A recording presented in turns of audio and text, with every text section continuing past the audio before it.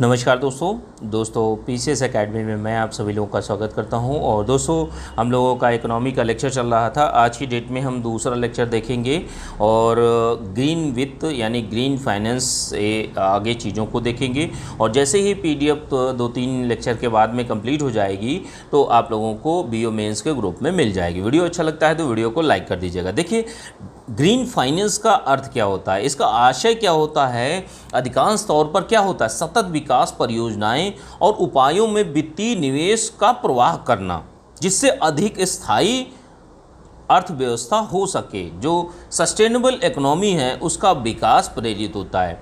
भाई, ग्रीन वित्त का मतलब क्या है कि पर्यावरण को सही करते हुए, उस चीज़ को स्टेबल रखते हुए, सस्टेन करते हुए आगे चीज़ों को बढ़ाना, विकास को, डेवलपमेंट को आगे बढ़ाना। ग्रीन वित्त में बैंकिंग प्रणाली को हरित बनाना, ठीक है। ग्रीन वित्त में क्या होता है, बैंकिंग प्रणाली को हरित बनाना, बंद पत्र को हरित बनाना और संस्थागत निवेश को हरित बनाना जैसे विभिन्न तथ्यों आते हैं। ग्रीन वित्त जो ग्रीन वित्त होता है, जो ग्रीन फाइनेंस होता है, तो इसके संबंध में बहुत सारी परिभाषाएं हैं और मानदंड भी तैयार किए गए हैं। अब देखिए, बैंकिंग में क्या है भाई, कुछ पैसा जो है आप पर्यावरण के लिए, सतत विकास के लिए लगाइए, ठीक है।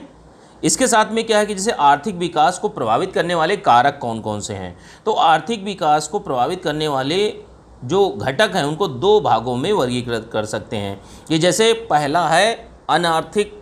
अनार्थिक का मतलब जिसका संबंध धन से नहीं होता है, ठीक है। ये भी अर्थव्यवस्था को प्रभावित करते हैं कि जैसे सामाजिक घटक हो गया, राजनीतिक घटक हो गया, धार्मिक घटक हो गया। तो ये तीनों के तीनों आपके अनार्थिक घटकों के अंतर्गत आते हैं। और जो मुख्य पार्ट जो है वो है आर्थिक घटक। आर्थिक घटक में कौन कौन सी चीज़ें आती हैं कि आर्थिक, हमारे यहाँ की अर्थव्यवस्था, जो आर्थिक विकास है वो ज़्यादा कैसे होगा, जो हमारे यहाँ प्राकृतिक संसाधन है उनका अधिक से अधिक दोहन होगा तभी चीज़ें होंगी।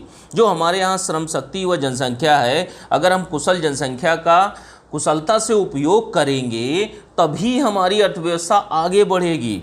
जब हमारे यहाँ पूंजी निर्माण और पूंजी उत्पादन अनुपात, कि जैसे हमने पूंजी लगाई, पूंजी निर्माण क्या है, आप कैपिटल फॉर्मेशन करते हैं, निवेश आकर्षित करते हैं। और पूंजी उत्पादन अनुपात क्या होता है कि पूंजी उत्पादन अनुपात में क्या होता है कि जैसे मान लीजिए पूंजी आपने 100 रुपये लगाए और 100 रुपये लगाने के बाद आपका जो प्रोडक्ट बना उसकी कीमत 10 रुपये है, ठीक है, 10 रुपये है। तो आपका जो अनुपात होगा वो 100:10 होगा, ठीक है। तो इसी को पूंजी उत्पादन अनुपात कहा जाता है। तकनीकी प्रगति हमारी अर्थव्यवस्था को और कौन सी चीज़ प्रभावित करती है, तकनीकी प्रगति। कितने हमारे यहाँ नई नई प्रौद्योगिकियों को शामिल किया गया है। आधारभूत संरचना, भाई अर्थव्यवस्था को तभी चीज़ें होंगी कि जब हमारे यहाँ इंडस्ट्री सेक्टर और सर्विस सेक्टर हो, चाहे एग्रीकल्चर सेक्टर हो, सभी क्षेत्रों को बढ़ाना होगा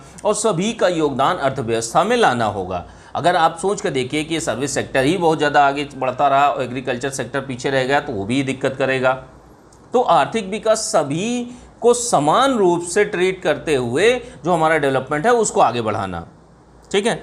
संगठन, जो ऑर्गेनाइजेशन है, वित्तीय स्थिरता, ये सारी की सारी आर्थिक विकास को प्रभावित करते हैं। विकासात्मक नियोजन, जो प्लानिंग होती है, विकास की प्लानिंग, जैसे 5 ईयर प्लान और 2 साल के, 3 साल के, 7 साल के, 5 साल के, तो इस तरीके से जो प्लानिंग होती है विकास की, डेवलपमेंट की प्लानिंग जो होती है वो भी अर्थव्यवस्था को, आर्थिक तत्वों को प्रभावित करती है, अर्थव्यवस्था को प्रभावित करती है, ठीक है। अब देखिए, पहली चीज़ क्या है, तकनीकी तथा नवाचार। देखिए, तकनीकी से अर्थ क्या है, नवीन वस्तुओं के उत्पादन से है। नवीन का अर्थ होता है, नवाचार का अर्थ क्या होता है, इनोवेशन, नए आइडियाज़ खोज कर लाना। कि जैसे आज की डेट में आप किसी चीज़ को देखते हैं तो एक नए तरीके से आप किस तरीके से देख सकते हैं, पुरानी वस्तुओं की उत्पादन प्रक्रिया में सुधार से है। तकनीकी और नवाचार, भाई पुरानी चीज़ें चल रही हैं उसमें कौन सा ऐसा इनोवेटिव आइडिया आप लगा दें कि वो चीज़ें और बेहतर काम करने लगें। जिस देश में वैज्ञानिक और प्रविधिक प्रगति तेज होती है उस देश के बाज़ार में नई नई वस्तुएं आती रहती हैं। जैसे यूएसए के मार्केट में आप लोग देखते होंगे कि नित्य नई चीज़ें बन कर आती रहती हैं। ठीक है। तो पुरानी वस्तुओं में सुधार हो जाता है और श्रम की उत्पादकता में भी वृद्धि हो जाती है कि भाई जो आप पहले उत्पादन कर रहे थे उसमें और ज़्यादा वृद्धि हो गई। उत्पादन की लागत घट जाती है। जब आप टेक्नोलॉजी का उपयोग करते हैं तो आपकी लागत जो है वो कम हो जाती है। पहले आप एक प्रोडक्ट को बनाने में 10 रुपये खर्चा करते थे, अब आपको 8 रुपये ही खर्चा करने पड़ रहे हैं। और क्या चीज़ें होती हैं कि जैसे इन सबसे देश का आर्थिक विकास भी होता है।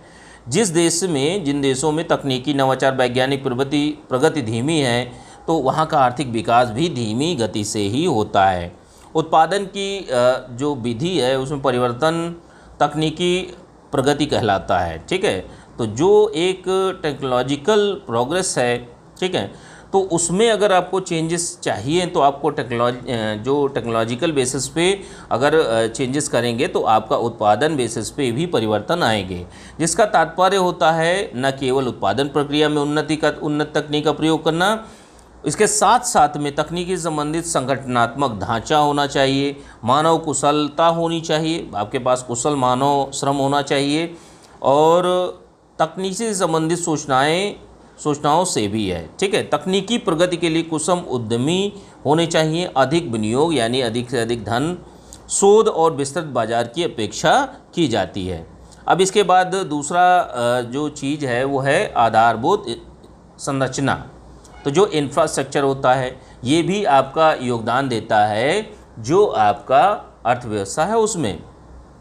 तो देखिए, समस्त सहयोगी संरचना जो देश के विकास को संभव बनाती है उस देश की आधारिक संरचना यानी इंफ्रास्ट्रक्चर का निर्माण करती है। आधारभूत संरचनाओं को प्रायः आर्थिक और सामाजिक उपरिव्यय भी कहा जाता है। ठीक है, इनमें जैसे कौन कौन से जो आधारभूत उद्योग हैं इनको कहा भी जाता है कि जैसे ऊर्जा क्षेत्र में कोयला, बिजली, तेल, अन्य अपारंपरिक स्रोत जो होते हैं, परिवहन में रेलवे, सड़कें, जहाजरानी और नागरिक परिवहन, संचार में क्या है डाक एवं तार, टेलीफोन संचार आदि, बैंकिंग, बीमा, वित्त, ये सारी चीज़ें आती हैं। 5वें नंबर पे विज्ञान एवं तकनीकी और सामाजिक उपरिव्यय की मतलब सामाजिक सेवाओं में जो व्यय होता है वो चीज़ें। ठीक है, स्वास्थ्य, सफाई, शिक्षण। तो देखिए 12वीं पंचवर्षीय योजना जो थी ऊर्जा सहित अवसंरचना के क्षेत्र पर विकास पर बल देती है कि जो 12वीं पंचवर्षीय योजना बनाई गई थी तो उसमें क्या है, उसमें ऊर्जा के साथ साथ जो इंफ्रास्ट्रक्चर है उसको बिल्ड करने का लक्ष्य निर्धारित किया गया था। क्योंकि गुणवत्तापूर्ण अवसंरचना की उपलब्धता उच्च वृद्धि दर बनाए रखने के लिए नहीं, इसको समावेशी वृद्धि के लिए भी ये चीज़ें आवश्यक हैं। अब देखिए 12वीं पंचवर्षीय योजना के दौरान अवसंरचना क्षेत्र में कुल 56.3 लाख करोड़ रुपए जो है कुल निवेश हुआ था, जो 11वीं पंचवर्षीय योजना में किए गए निवेश से लगभग दुगना है। यह निवेश वृद्धि मुख्यतः निजी क्षेत्र की बढ़ी हुई भागीदारी के कारण है कि भाई जो आपका प्राइवेट सेक्टर आया है गवर्नमेंट के साथ में तो उससे निवेश बढ़ा है। तो ये सारी चीज़ें हैं।